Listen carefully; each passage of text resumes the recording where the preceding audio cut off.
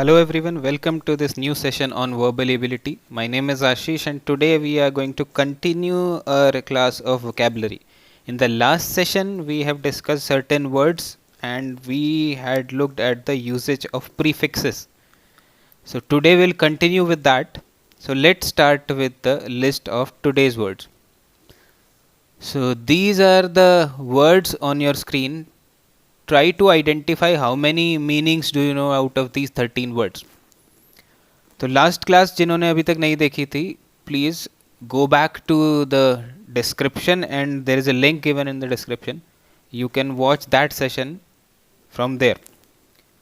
However, I'll tell you what topic was discussed, what concept was discussed in that class. तो word structure हमने discuss की थी. So there is a root, there is a prefix and there is a suffix. That is a typical word structure. तो prefix पे हमारा focus था last session में. Positive prefix और नेगेटिव प्रीफिक्स हमने डिस्कस किए थे. Today we are going to discuss neutral prefixes. तो neutral prefixes are those which indicate the number और प्लेस और पोजीशन. तो ये जो वर्ड्स आपके स्क्रीन पे हैं वो सारे नंबर से रिलेटेड है, यानी they will denote some number. So let's start finding out the meanings of these words. तो first word on your screen is unilateral. तो प्रीफिक्स जहाँ भी यूनी आ जाएगा या मोनो आ जाएगा या मॉन आ जाएगा, that means one. So unilateral means one sided. So we can say that the government took a unilateral decision. So that is the example of unilateral, one sided. Second word is monarchy. Monarchy is the rule of one person. So again mono is the prefix and the meaning is rule of one person. और उस एक इंसान को कहते हैं monarch. Monarchy is the system and monarch is the person. Next word is monologue. Monologue is the speech given by one person.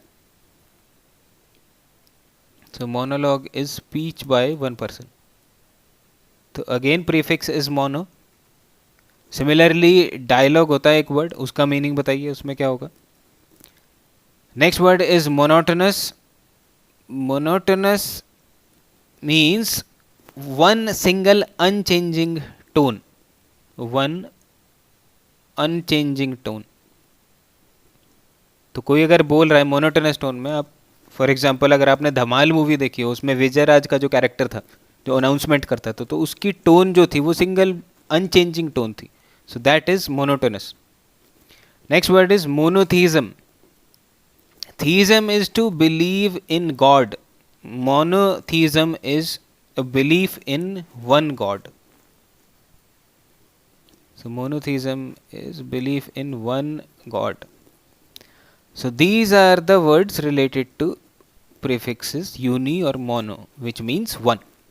अब आ जाते हैं हम अगले प्रीफिक्स पे which is bi. Bi means two. For example biscuit जो word है आपका, उसको भी बिस्किट इसीलिए कहा जाता है because it is cooked twice. तो जहां भी बाई आ जाएगा दैट मीन्स वो टू से रिलेटेड कुछ होगा. फॉर एग्जाम्पल दीज वर्ड्स, पहला है बाईलेटरल. जैसे यूनिलेटरल था one sided, bilateral is involving two sides.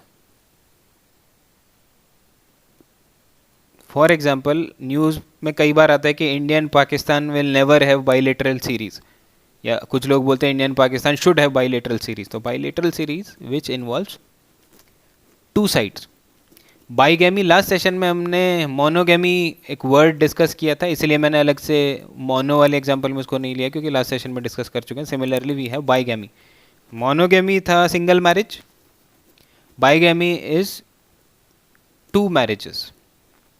तो कोई इंसान अगर दो लोगों से शादी कर ले तो उसको कहेंगे बाईगैमी. So marriage with two people is known as bigamy. Polygamy था multiple marriages. Bipartite is involving two parties.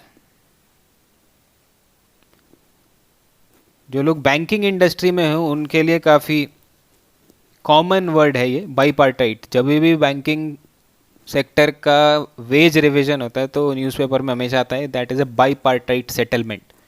So it involves two parties. One is the bank and second is the government of India. Bilingual is using two languages. Next word is bicentennial. Bicentennial is 200th anniversary. Bi means two, cent means 100. So bicentennial is 200th anniversary. So these are the usage of word by. अब ऐसा नहीं है कि किसी भी word में जो B I से स्टार्ट हो जाए आप कहेंगे कि इसमें तो टू ही आएगा. फॉर एग्जाम्पल बायोलॉजी, यहाँ पे हमें रूट भी देखना पड़ेगा, हर जगह ये ट्रिक काम नहीं करेगी. बायोलॉजी में रूट है bio which means life, so that meaning is different. But more और लेस जहाँ भी नंबर वाले प्रीफिक्स की बात होगी उसमें bi means two. Similarly, tri होता है, tri means 3, quadru is 4, penta, hexa, septa, octa, nova. So these represents all the numbers in the same order. इनसे कोई ज़्यादा वर्ड्स आते नहीं हैं एग्जाम में, इसलिए I have skipped them. Deca means 10, इससे काफ़ी वर्ड्स आए हैं एग्जाम्स में. तो डेका इज 10.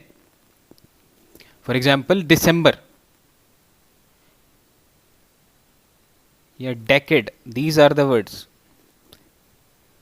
बट आप कहेंगे कि दिसंबर तो 12th मंथ होता है, तो as per the prefix it should be the 10th month.